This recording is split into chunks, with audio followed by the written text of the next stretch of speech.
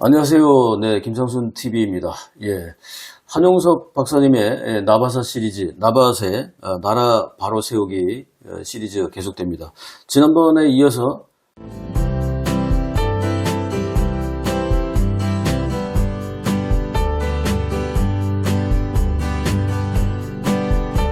북한이 그러면 미국을 공격할 가능성에 대한 그 책을 설명해 주셨는데, 이번에는, 한국을 공격하면, 네.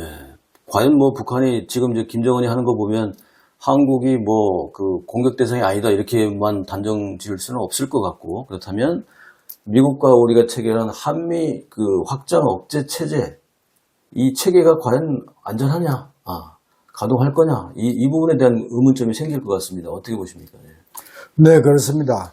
한미 확장 억제 체계, 이것을 이제 2023년도 4월 달에 윤석열 대통령과 바이든 미국 대통령 간에 워싱턴에서 워싱턴 선언을 만들었습니다. 워싱턴 선언에 합의하고, 북한이 만약 한국을 향해서 핵 공격을 하게 되면은 미국의 대통령이 직접 이야기했습니다.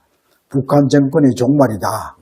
이렇게 했는데, 사실 북한 정권의 종말을 시키기 위해서는 미국이 그 전략 핵무기 같은 큰 핵무기를 써가지고 이렇게 하면은 완전 북한이 종말되는 거 아닙니까? 그런데 실제로 북한이 전략 핵무기를 써가지고 한국을 공격할 가능성은 거의 없고요. 전술 핵무기, 예를 들면 히로시마나 나가사키에 터뜨렸던 급의 그 도시 하나를 없애거나 군사기지 몇 개를 없애거나 하는 작은 규모의 전술 핵무기를 쓸 가능성이 많습니다. 그리고 북한도 뭐 김정은이 2021년부터 그렇게 전술 핵무기를 이렇게 증강시켜가지고 남한을 썰어버리겠다 이런 뭐 협박을 많이 했지 않습니까? 만약에 북한이 전술 핵무기를 사용하면 미국은 전략 핵무기를 쓸 수가 없기 때문에 미국도 전술 핵무기를 써야 됩니다. 그러면 전술 핵무기를 미국이 쓸 것인가?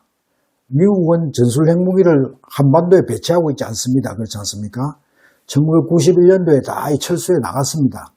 그런데 나토 지역에 보면은 북대서양조약기구, 서유럽의 국가들하고 미국하고 이제 안보 동맹 기구가 있지 않습니까? 나토, 북대서양조약기구의 회원국인 당시 이제 서독이나 이태리, 터키, 뭐 벨기에, 네덜란드 이런 나라 5나라에 지금도 이제 미국이 전술 핵무기를 개수는 작지만 한 20개 정도 이렇게 다 배치를 하고 있어요.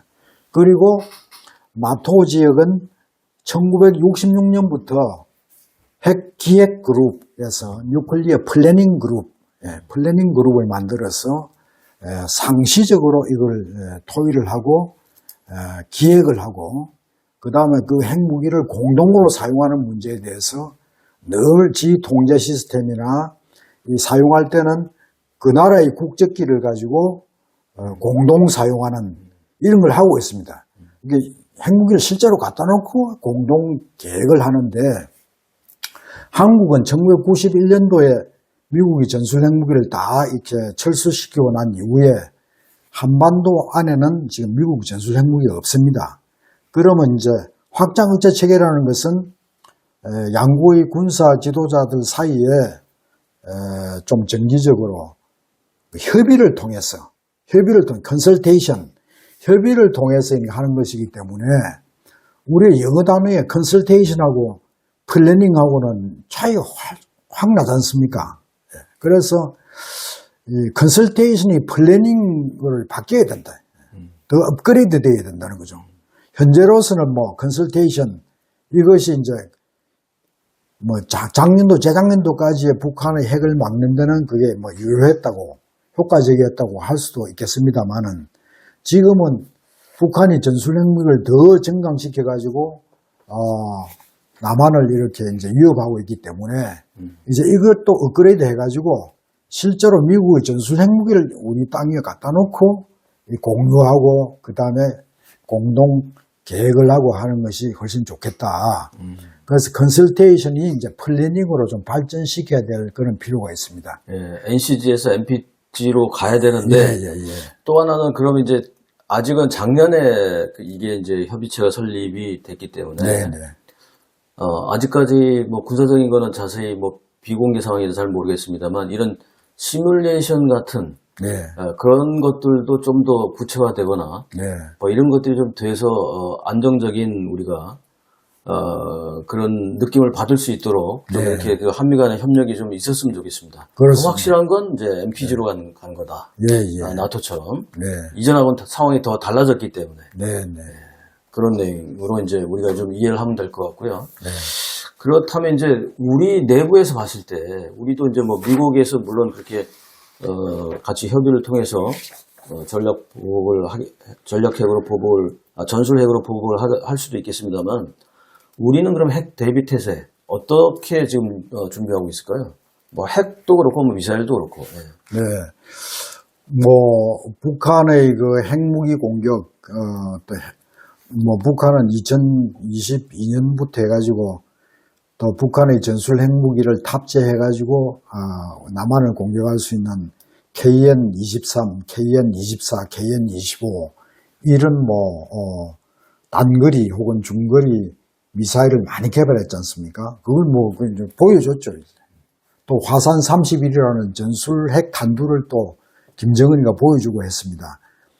그런데 북한의 그 핵무기 공격에 대해서 우리나라는 한 2018년 그러니까 북한이 전술 핵무기를 보여주기 전에 이제 생각했던 게 뭐냐면은 삼축 체계라 해가지고 북한이 이 핵 미사일을 남한을 향해서 쏘려고 준비하고 있을 때에 그 이제 임박했을 때 그때 이거 이제 탐지를 해가지고 정찰 뭐 감시 정찰 능력을 가지고 사전 탐지를 했어. 그 준비하고 있을 때 그냥 쏜다. 우리가 먼저 쏘므로써 그걸 이제 핵무기를 발사하지 못하도록 하는 거 아닙니까? 그걸 킬체인이에요. 킬체인. 그 다음에 이제 북한이 그러면 핵미사일 쏘았을 경우에 상승 단계 일단 상승을 했어. 그 다음에 중간에 날라오다가 나중에 종말 단계 이 하강할 때에 이제 우리가 가진 KAMD를 해서 항구경 미사일 방어 체계가 있고 그 다음에 그 사드까지도 포함입니다. 주한미군이 가진 사드는 약간 고고도에서 북한이 이제 하강하는 그 미사일을 때리는 거죠. 격추시키는 건데 그 다음에 이제 핵무기가 우리가 북한의 핵무기 공격을 받고 난 다음에 우리 자체 능력으로 우리는 핵무기가 없으니까 이제 아주 최첨단 재래식 무기로 북한을 이제 초토화시키는 대량 보복 전략이 있습니다. 대량 보복. 그래서 그거를 이제 뭐 국군의 날에 보여준 현무 5형 아주 뭐 폭탄을 이제 보여주고 했었는데 그것이 그대로 작동할 것이냐?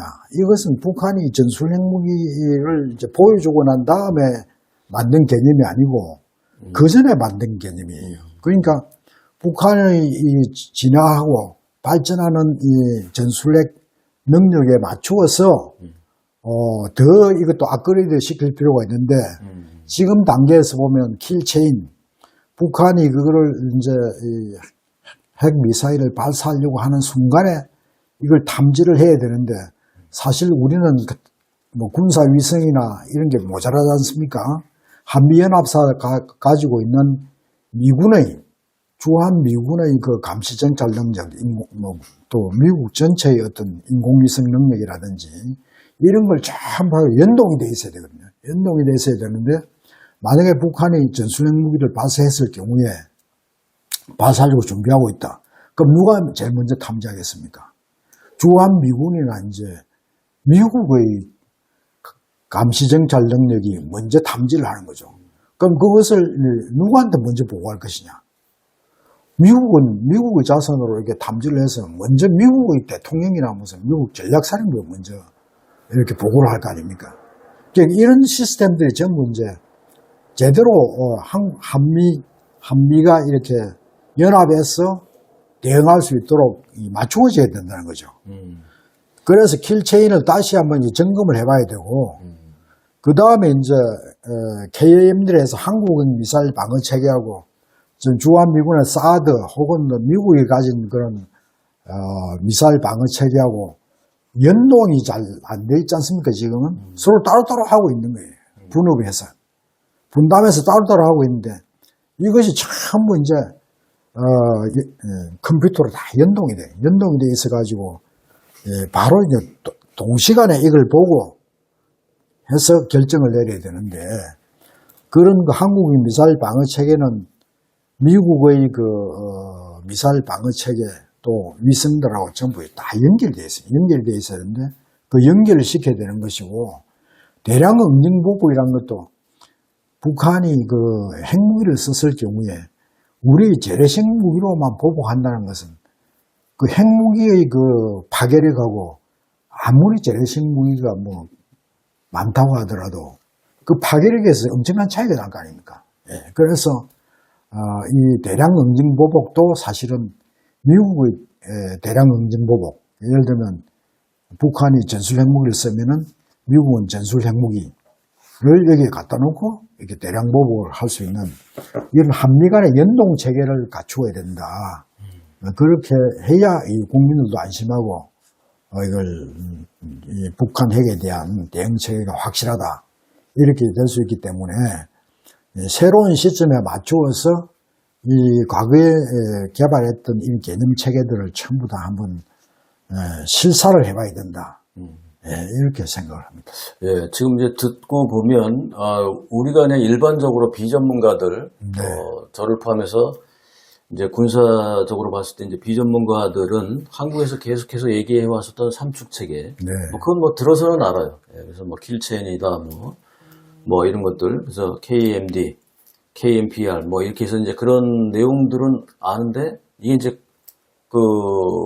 알고 있는 거는 이게 안전하다 이렇게만 생각을 했었거든요. 근데 오늘 박사님 말씀을 들어보면 이를테면 이 시스템 자체도 그렇고 그 다음에 실제로 이제 핵 확장 억제 체제 이것도 보면은 지금 이제 그냥 모양새만 있는데 실질적으로 이걸 시뮬레이션 해본다거나 뭐 이런 협력 관계에서 어디가 과연 문제점이 생긴다거나 또 어떻게 해서 더 빨리 효율적으로 하거나 이런 거에 대한 구체적인 방향까지는 아직 안 돼 있다. 뭐 이런 느낌이 갑자기 듭니다. 좀 불안해지는데. 이제 우리 불안하다는 것은 뭐 문제점을 발견하면은 또 문제점을 파악해서 이제 수정하고 또 시정해 나가면 되는 것이거든요. 그런데 예를 들면은 이 삼축 체계라는 것이 북한의 핵위협이 정말 우리한테 다가오기 전에 이제 개념상으로 개발한 것인데,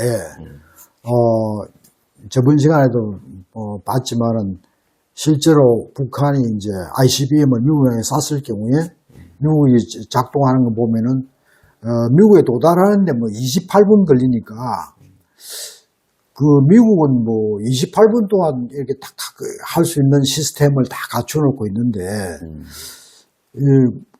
북한이 전술 핵무기를 서울이나 뭐 부산 혹은 한국을 향해서 썼을 경우에 실제로 도달하는 시간은 지금 뭐 극초음속 어떤 미사일까지 포함하면은 3분에서 10분 사이에 이미 다 끝나버리거든요.